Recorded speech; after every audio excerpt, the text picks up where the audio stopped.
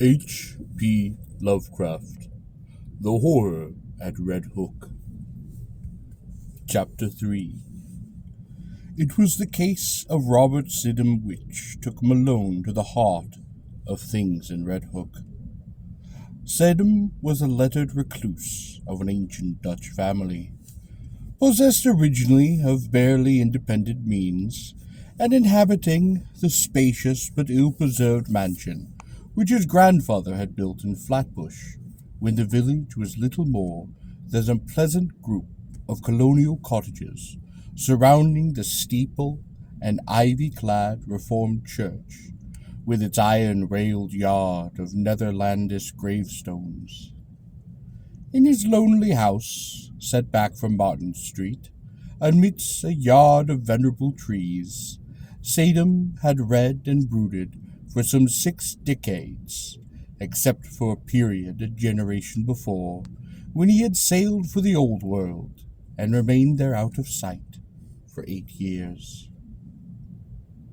He could afford no servants, and would admit but few visitors to his absolute solitude, eschewing close friendships, and receiving his rare acquaintances in one of the 3 ground-floor rooms which he kept in order. A vast, high-ceiled library, whose walls were solidly packed with tattered books of ponderous, archaic, and vaguely repellent aspect. The growth of the town and its final absorption in the Brooklyn district had meant nothing to Sidham, and he had come to mean less and less to the town. Elderly people still pointed him out on the street, but to most of the recent population he was merely a queer, corpulent old fellow whose unkempt white hair, stubbly beard, shiny black clothes, and gold-headed cane earned him an amused glance, and nothing more. Malone did not know him by sight, till duty called him to the case, but had heard of him indirectly as a really profound authority upon medieval superstitions, and had once idly meant to look up an out-of-print pamphlet of his upon the Kabbalah and the Faustus legend, which a friend had quoted from memory. Sidham became a case when his distant and only relatives sought court pronouncements upon his sanity.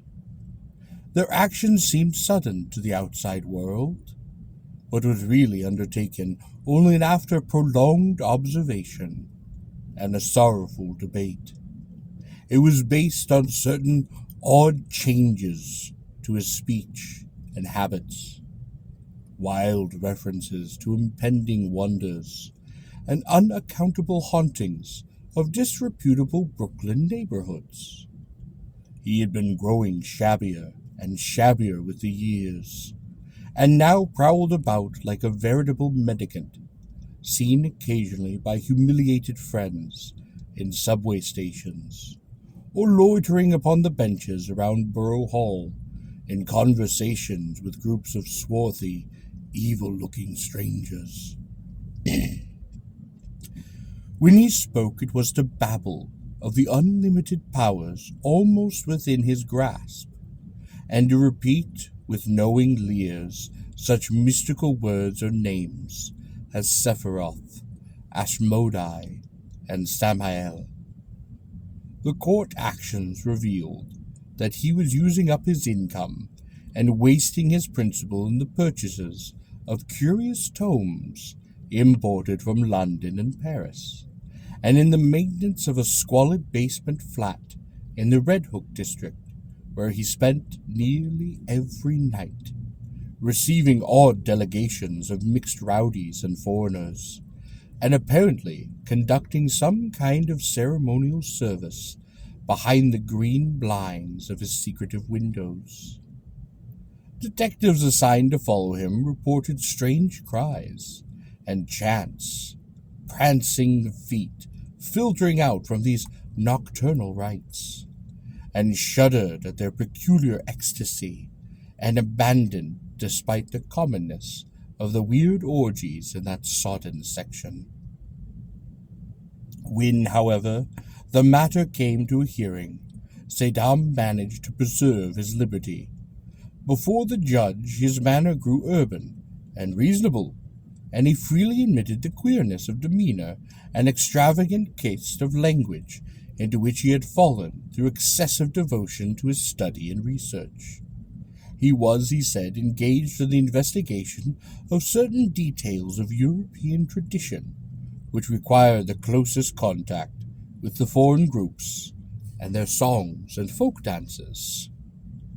The notion that any low secret society was preying upon him, was hinted by his relatives, was obviously absurd, and he shewed how sadly limited was their understanding of him and his works. Triumphant with his claim and his calm explanations, he was suffered to depart unhindered, and the paid detective of the Saddams, Collars, and Van Brunts were withdrawn in resigned disgust. It was here that an alliance of federal inspectors and police, Malone with them, entered the case. The law had watched the Saddam action with interest, and had in many instances been called upon to aid those private detectives. In this work it developed that Saddam's new associates were among the blackest and the most vicious of criminals of Red Hook's devious lanes, and that at least a third of them were known and repeated offenders in the matter of thievery, disorder, and the importation of a legal immigrant. Indeed, it would not have been too much to say that the old scholar's particular circle coincided almost perfectly with the worst of the organized cliques which smuggled ashore certain nameless and unclassified Asian dregs, wisely turned back by the Ellis Island authorities.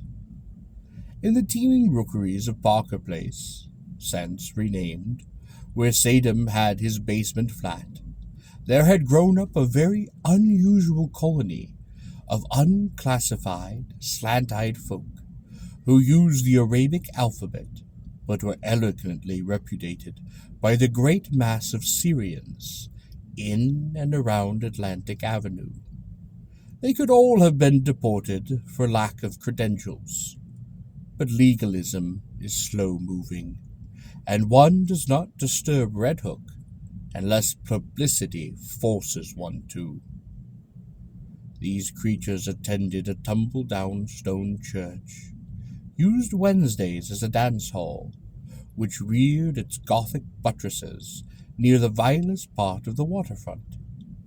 It was nominally Catholic, but priests throughout Brooklyn denied the place all standing and authenticity, and policemen agreed with them when they listened to the noises that it emitted at night.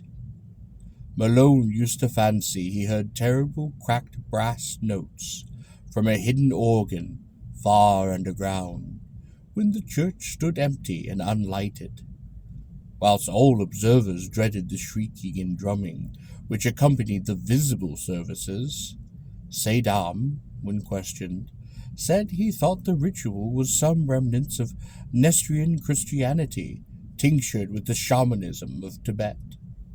Most of the people, he conjectured, were of Mongoloid stock, originating somewhere in or near Kurdistan, and Malone could not help but recall that Kurdistan is the land of the Yezdis, last survivors of those Persian devil-worshippers.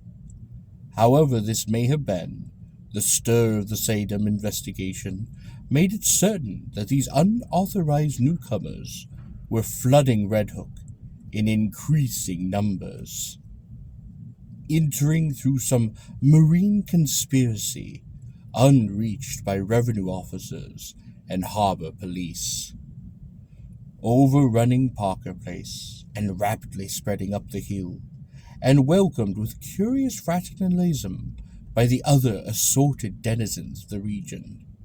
Their squat figures and characteristically squinting physiognomies grotesquely combined with the flashy American clothing, appeared more and more numerously among the loafers and the nomad gangsters of the Burrow Hole section, till at length it was deemed necessary to compute their numbers, ascertain their source and occupations, and find, if possible, a way to round them up and deliver them to the proper immigration authorities.